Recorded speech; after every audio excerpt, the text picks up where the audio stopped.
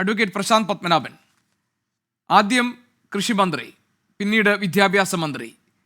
പിണറായി വിജയൻ സർക്കാരിലെ 2 മന്ത്രിമാർ രാജ്ഭവനിൽ നടന്ന ഔദ്യോഗിക ചടങ്ങിൽ ഭാരതാംബ ചിത്രം പ്രദർശിപ്പിച്ചതിനെ തുടർന്നും അതിൽ പുഷ്പാർച്ചന നടത്തി ചടങ്ങുകൾ നടത്തുന്നതിനെതിരെയുമുള്ള അവരുടെ വിയോജിപ്പ് പ്രകടമാക്കിക്കൊണ്ട് ഒരാൾ പരിപാടി മാറ്റിവെക്കുകയും മറ്റൊരാൾ ഔദ്യോഗിക പരിപാടിയിൽ നിന്ന് ഇറങ്ങിപ്പോരുകയും ചെയ്തിരിക്കുന്നു. ഇത് രണ്ടിന് ശേഷവും രാജ്ഭവന്റെ പ്രതികരണം ഒരേ സ്വഭാവത്തിലുള്ളതാണ്. ഇതിനിയും തുടരും എന്നാണ് ഗവർണറുടെ നിലപാട്. പക്ഷേ പരസ്പരം അങ്ങോട്ടും ഇങ്ങോട്ടും ഒരു പ്രോട്ടോകോൾ ലംഘനം ആരോപിക്കുകയാണ്. ഗവർണർ പറയുന്നു ഇന്നലെ വിദ്യാഭ്യാസ മന്ത്രിയുടേത് പ്രോട്ടോകോൾ ലംഘനമാണ്, അതിൽ പരാതിപ്പെടാൻ മുഖ്യമന്ത്രിക്കും ചീഫ് സെക്രട്ടറിക്കും കത്ത് നൽകാൻ പോകുന്നു എന്ന് രാജ്ഭവനിൽ നിന്നുള്ള വിവരങ്ങൾ. പക്ഷേ വിദ്യാഭ്യാസ മന്ത്രി പറയുന്നു ഭരണഘടനാ സ്ഥാപനത്തിൻ്റെ അല്ലെങ്കിൽ ഭരണഘടനാ പദവിയിലിരിക്കുന്ന ഗവർണർക്ക് യോജിച്ച നിലപാടായില്ല അദ്ദേഹം സ്വീകരിച്ചത്, അതാണ് പ്രോട്ടോകോൾ ലംഘനമെന്ന്. ഇതൊരു ഭരണഘടനാ തത്വത്തിൻ്റെ അടിസ്ഥാനത്തിൽ, ഭരണഘടനയുടെ മൂല്യങ്ങളുടെ അടിസ്ഥാനത്തിൽ ഈ സംഭവങ്ങളെ വിലയിരുത്തിയാൽ ആരുടേതാണ് അഡ്വക്കേറ്റ് പ്രശാന്ത് പത്മനാഭൻ പ്രോട്ടോകോൾ ലംഘനം, ഗവർണറുടേതോ മന്ത്രിമാരുടേതോ?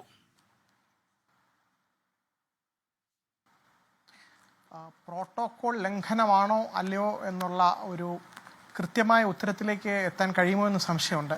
ചില കാര്യങ്ങളിൽ ആയിരിക്കണമെന്നില്ല. നിയമവിരുദ്ധമല്ലാത്ത ഒരവസ്ഥയിലും ഡിസൈറബിലിറ്റി എന്ന് പറയുന്ന ഒരു കാര്യമുണ്ട്. ഡിസൈറബിൾ എന്താണ് കാക്ഷിക്കാവുന്നത്, എന്താണ് പ്രതീക്ഷിക്കാവുന്നത്? സംസ്ഥാനത്തെ നയരൂപീകരണത്തിന് തിരഞ്ഞെടുക്കപ്പെട്ട ഒരു ജനപ്രതിനിധി സഭയുണ്ട്. അതിൽ നിന്ന് തിരഞ്ഞെടുക്കപ്പെടുന്ന ഒരു മന്ത്രിസഭയുണ്ട്. മന്ത്രിസഭയ്ക്ക് ജനങ്ങളോട് നേരിട്ടുള്ള ഉത്തരവാദിത്വമുണ്ട്, സഭയോട് ഉത്തരവാദിത്വമുണ്ട്. അവരാണ് സംസ്ഥാനത്തെ നയങ്ങൾ നടപ്പാക്കേണ്ടത്.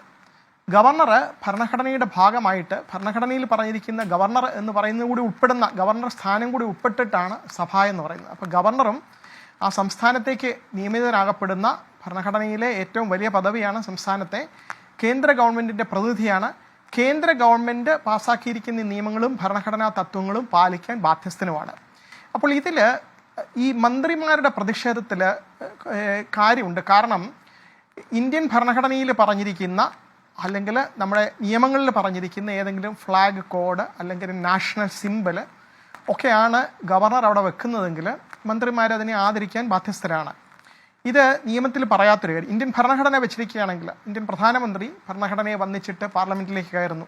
ഭരണഘടന തിരുത്തപ്പെടാവുന്ന ഒരു സംവിധാനമാണ്. അതൊരു ഹോളി ബുക്ക് പോലെയല്ല. പക്ഷേ എങ്കിലും ഭരണഘടനയെ ആദരിക്കുന്നു, അല്ലെങ്കിൽ ഭരണഘടനാ തത്വങ്ങൾ പാലിച്ചുകൊണ്ട് പ്രിയാമ്പിൾ വെക്കുന്നു, ഇല്ലെങ്കിൽ നമ്മുടെ നാഷണൽ എംബ്ലം അവിടെ വെക്കുന്നു. ഏതെങ്കിലും രീതിയിൽ ഭരണഘടനാ സ്ഥാപനങ്ങളുടെ രാഷ്ട്രപതിയുടെയോ പ്രധാനമന്ത്രിയുടെയൊക്കെ ഫോട്ടോ വെക്കാൻ പോലുള്ള സംവിധാന നിയമങ്ങളിൽ നിഷ്കർഷിച്ചിട്ടുണ്ട്. അതെല്ലാം സ്വാഗതാർഹമാണെന്നിരിക്കെ ഒരു വിശ്വാസധാരയുടെ ഭാഗമായിട്ട് ഒരു രാഷ്ട്രീയ പ്രവർത്തനത്തിലൊക്കെ സാധാരണ ഗവർണർ പ്രതിനിധീകരിക്കുന്ന ആ വിശ്വാസധാരയിൽ അവർ വെക്കുന്ന, ആരാധിക്കുന്ന ഒരു മൂർത്തി, അത് അദ്ദേഹത്തിൻ്റെ പ്രൈവറ്റ് ആയിട്ടുള്ള ഒരു അഫെയറിൽ വെക്കാം.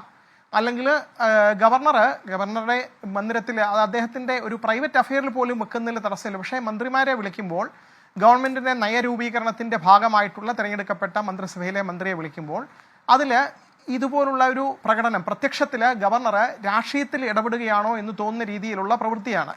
അതുകൊണ്ട് ഭരണഘടനാപരമായിട്ട് കാക്ഷിക്കാവുന്ന അല്ലെങ്കിൽ ഡിസൈറബിൾ ആയിട്ടുള്ള ഒരു പ്രവൃത്തിയായിട്ട് തോന്നുന്നില്ല. നിയമപരമായിട്ട് അതിന് നിയമപരമായ ലംഘനം ഉണ്ടോ ഇല്ലയോ എന്നുള്ള ചോദ്യത്തിലേക്ക് പെട്ടെന്ന് എത്താൻ കഴിയില്ല. കാരണം അദ്ദേഹം അത് പറയുന്നത് ഭാരതാംബയാണ്, ഭാരത മാതാവാണ്, ഭാരത മാതാവിൻ്റെ പ്രതീകം വെക്കരുതെന്ന് എവിടെയാണ് പറഞ്ഞിരിക്കുന്നതെന്നൊക്കെയുള്ള ചോദ്യങ്ങൾക്ക് പെട്ടെന്ന് നിയമവിരുദ്ധമാണോ എന്നൊരു ചോദ്യത്തിന് ഉത്തരം കണ്ടെത്താൻ കഴിയുന്നില്ല. പക്ഷേ എന്താണ് സുപ്രീം കോടതി വിധികളുണ്ട്, ഗവർണർക്ക് എന്താണ് ഒരു രാഷ്ട്രീയത്തിൽ ഗവർണറുടെ റോൾ എന്താണ്? ഡേ ടു ഡേ പൊളിറ്റിക്സിൽ ഇടപെടാൻ ഉള്ള ഒരു സംവിധാനമല്ല ഗവർണർ. ഗവർണർ ഒരു ഉയർന്ന ഭരണഘടനാ പദവിയാണ്. ഭരണഘടനയുടെ തത്വങ്ങൾ, കേന്ദ്രം പാസ്സാക്കിയിരിക്കുന്ന നിയമങ്ങളൊക്കെ ഒരു സംസ്ഥാനം ഫോളോ ചെയ്യുന്നുണ്ടോ, അതൊക്കെ ഭംഗിയായിട്ട് നടത്തിക്കൊണ്ടു പോകുന്നുണ്ടോ, സംസ്ഥാനത്തിൻ്റെ നിയമനിർമ്മാണവും അതിലെ ഭരണവും ഒക്കെ ഭരണഘടനാ വിധേയമായിട്ടാണോ നടത്തിക്കൊണ്ട് പോകുന്നത് എന്ന് കാണാനും അതിൽ മന്ത്രിസഭയിലെ ഉപദേശം സ്വീകരിക്കാനും മുഖ്യമന്ത്രിയൊക്കെ ആയിട്ട് മീറ്റ് ചെയ്യാനും ഒക്കെ ഉള്ള ഒരു സംവിധാനമാണ്. അവിടെ വന്നിട്ട് ഗവർണർക്ക് വിശ്വാസമുള്ള ഒരു വിശ്വാസധാരയിൽ ഫോളോ ചെയ്യുന്ന ഒരു സംവിധാനം. ഒരു കാര്യം വ്യക്തതയ്ക്ക് വേണ്ടി ഒന്ന് ഇടപെട്ട് ചോദിക്കട്ടെ. ഇപ്പോൾ താങ്കൾ പറഞ്ഞതുപോലെ നിയമത്തിന്റെ കണ്ണിൽ പരിശോധിക്കപ്പെടേണ്ടതോ അല്ലെങ്കിൽ ഭരണഘടനാനുസൃതമാണോ എന്ന് പരിശോധിക്കപ്പെടേണ്ടതായ ഒരു സംഭവം എന്നത് അവിടെ മാറ്റിവെച്ച് കഴിഞ്ഞാൽ താങ്കൾ തന്നെ പറഞ്ഞ ഡിസൈറബിലിറ്റി ഇത് അഭികാമ്യമാണോ എന്ന ചോദ്യം ആണ് നമ്മൾ മുന്നോട്ട് വെക്കുന്നതെങ്കിൽ ഗവർണർ രാജേന്ദ്ര അർലേക്കറിന് പറയാൻ ഒരു ന്യായമുണ്ട്. അദ്ദേഹം പറയുന്നത് ഭാരതാംബ എന്നത് അമ്മയേക്കാൾ മുകളിൽ ഞാൻ പ്രതിഷ്ഠിച്ചിട്ടുള്ള ഒരു സ്ഥാനമാണ്. അതുകൊണ്ട് ഭാരതാംബ ഒരു ചർച്ചാ വിഷയമാക്കാൻ പോലും ആഗ്രഹിക്കുന്നില്ല. കാരണം അത് രാജ്യത്തെ അമ്മയുടെ മാതാവിൻ്റെ തുല്യമായി കാണുന്ന ഒരു ദേവീ സങ്കല്പമായി അവതരിപ്പിക്കുന്ന ഒന്നാണ്. അത് മുൻകാലങ്ങളിൽ ഉണ്ടായിട്ടുണ്ട്. സ്വാതന്ത്ര്യ സമരത്തിന് മുൻപ് തന്നെ അത് ദേശീയ പ്രസ്ഥാനത്തിൻ്റെ ഭാഗമായി, ബ്രിട്ടീഷ് വിരുദ്ധ നിലപാടുകളുടെ ഭാഗമായി, കൊളോണിയലിസത്തിനെതിരായിട്ടുള്ള ശക്തി പ്രകടനത്തിൻ്റെ ഭാഗമായി ഉയർന്നു വന്നിട്ടുള്ള ഒരു ബിംബമാണ്.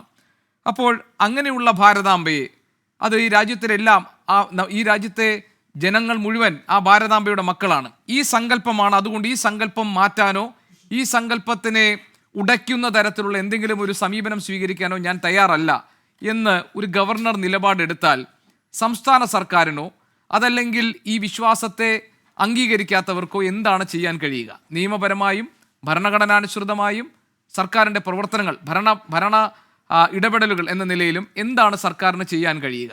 എങ്ങനെയാണ് അത് പൊതുസമൂഹത്തിന് മുന്നിൽ അത് ന്യായീകരിക്കാൻ പറ്റുന്ന രീതിയിൽ അവതരിപ്പിക്കുക?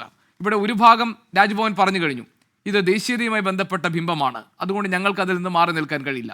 മറുഭാഗത്ത് ഇടതുപക്ഷ പ്രസ്ഥാനങ്ങൾ പറയുന്നു, അല്ലെങ്കിൽ പ്രതിപക്ഷം പറയുന്നു, ഇത് ഒരു തരത്തിലും ദേശീയതയുമായി ബന്ധപ്പെട്ടതല്ല, ഇത് RSS അജണ്ട നടപ്പാക്കാൻ വേണ്ടിയാണെന്ന്. ഇത് പൊതുസമൂഹത്തിനെ എങ്ങനെ ബോധ്യപ്പെടുത്തും?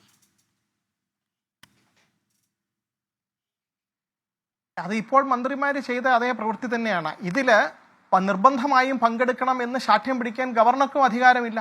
ഗവർണർക്ക് അങ്ങനെ ഒരു വിശ്വാസം ഉണ്ടെങ്കിൽ അത് അദ്ദേഹത്തിൻ്റെ വ്യക്തിപരമായ വിശ്വാസമാണ്. അദ്ദേഹത്തിന് ആ വിശ്വാസമാകാം. പക്ഷേ രാഷ്ട്രീയപരമായിട്ടുള്ളൊരു വിശ്വാസധാരയാണ്. അത് അദ്ദേഹം ഗവർണറുടെ പദവിയിൽ ഇരിക്കുമ്പോൾ ഭരണഘടനയിൽ പറയാത്തൊരു കാര്യം എങ്ങനെ ഗവർണറുടെ ഓഫീസിലേക്ക് അത് ഉപയോഗിക്കാൻ കഴിയുന്നു എന്നുള്ള ചോദ്യമാണ്. അവിടെ മന്ത്രി ചോദിച്ച ഒരു പ്രധാന ചോദ്യമുണ്ട്. എനിക്ക് കാൾ മാർക്സിൻ്റെ വിശ്വാസധാരയിൽ വിശ്വാസമുണ്ട്, അത് വെച്ചിട്ട് നിങ്ങളെല്ലാവരും ഇവിടെ വന്ന് പൂവിടണം, അല്ലെങ്കിൽ അവിടെ മാർക്സിനെ വന്നിച്ചിട്ട് വേണം സ്റ്റേറ്റ് ഗവൺമെന്റിന്റെ പരിപാടികൾ തുടങ്ങണം എന്ന് എനിക്ക് ഇൻസിസ്റ്റ് ചെയ്യാൻ പറ്റുമോ എന്ന് ചോദിച്ചത് ശരിയായ ഒരു ചോദ്യമാണ്.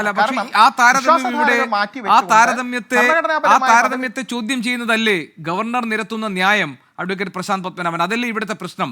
ഗവർണർ പറയുന്നത് ഇത് ദേശീയതയുമായി ബന്ധപ്പെട്ടതാണ്, ഇത് എൻ്റെ രാജ്യഭക്തിയുമായി ബന്ധപ്പെട്ടതാണ്, ഇത് ഇന്ത്യ എന്ന സങ്കല്പത്തെ അതിനൊരു സ്വരൂപമായി അവതരിപ്പിക്കുന്നതാണ്, ഇത് ഭാരതീയരായ ആരും അംഗീകരിക്കേണ്ട ഒന്നാണ് എന്ന നിലയിലാണ് അദ്ദേഹം അതിനെ അവതരിപ്പിക്കുന്നത്. അതല്ലാതെ RSSന്റെ ബിംബം എന്ന നിലയിലോ RSSന്റെ പ്രത്യയശാസ്ത്രവുമായി ചേർന്ന് നിൽക്കുന്ന ഒരു ചിത്രം എന്ന നിലയിലോ അല്ല. അപ്പോൾ അതിനെ എങ്ങനെ നേരിടുമെന്നായിരുന്നു ഞാൻ ചോദിച്ചത്. ദേശീയതയ്ക്ക് ഒറ്റ നിർവചനമല്ല. ഡിസ്കവറി ഓഫ് ഇന്ത്യയിൽ ജവഹർലാൽ നെഹ്റു ഭാരത് മാതാവ് എന്താണ് എന്നുള്ള ഒരു കൺസെപ്റ്റ് വിശദീകരിക്കുന്നുണ്ടല്ലോ. അദ്ദേഹം പറയുന്നത് നിങ്ങൾ ഓരോരുത്തരും, ഭാരതത്തിലെ കൃഷിക്കാരും പട്ടിണി കിടക്കുന്നവരും ഇവിടുത്തെ പണിക്കാരും എല്ലാവരും കൂടി ഉൾപ്പെട്ടതാണ് ഭാരതമാതാവ്. ആ രീതിയിൽ ഭാരത് മാതാ കി ജയ് എന്ന് പറയുമ്പോൾ നിങ്ങൾക്ക് ഓരോരുത്തർക്കും വേണ്ടിയിട്ടാണ് ജയ് വിളിക്കുന്നത് എന്ന് നെഹ്റു എക്സ്പ്ലെയിൻ ചെയ്യുന്നുണ്ട്. അത് ആ രീതിയിലാണ് ഭാരത് മാതാവിനെ കാണുന്നത്. വേറൊരു വിശ്വാസധാര.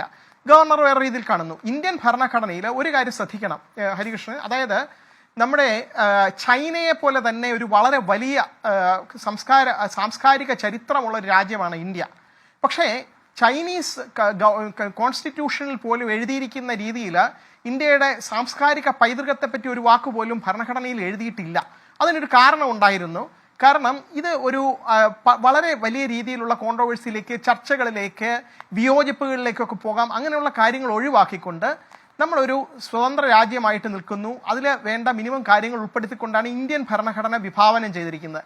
ചൈനയിൽ ആയിരക്കണക്കിന് വർഷത്തെ സാംസ്കാരിക പൈതൃകത്തെപ്പറ്റി പറഞ്ഞുകൊണ്ടാണ് കമ്മ്യൂണിസ്റ്റ് പാർട്ടിയുടെ ചൈനയുടെ ഭരണഘടന തുടങ്ങുന്നത്.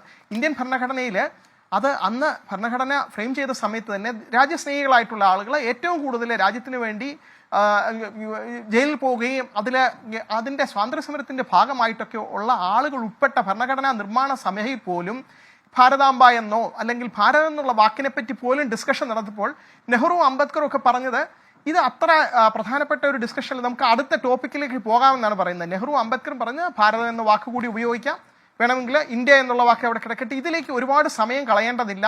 വളരെ പ്രധാനപ്പെട്ട വിഷയങ്ങൾ ഇന്ത്യയ്ക്ക് മുമ്പ് നിൽക്കുന്നു.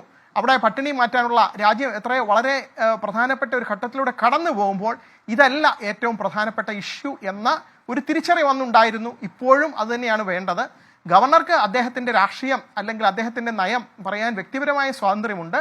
അതേപോലെ തന്നെ മന്ത്രിമാർക്ക് അവരുടെ ആ ഒരു ചടങ്ങിൽ നിർബന്ധമായിട്ടും പങ്കെടുക്കണമെന്നോ അല്ലെങ്കിൽ അദ്ദേഹം അവതരിപ്പിക്കുന്ന ബിംബത്തെ ഇതാണ് ഭാരതാംബ എന്ന് പറഞ്ഞ് നമസ്കരിക്കണമെന്നോ ഒരു നിയമപരമായ ബാധ്യതയില്ല. അവിടെ നിന്ന് ഇറങ്ങിപ്പോരുക എന്നുള്ളതാണ് അതിൽ അഭികാമ്യമായിട്ടുള്ള നടപടി. അത് അവർ ചെയ്യുകയും ചെയ്തു. അത് ഒരു രാഷ്ട്രീയപരമായിട്ടുള്ള മറുപടിയാണ്. ഗവർണർ രാഷ്ട്രീയപരമായിട്ടുള്ള ഒരു കോൺട്രവേഴ്സിയിലേക്ക് പോകരുതായിരുന്നു എന്നാണ് എൻ്റെ അഭിപ്രായം.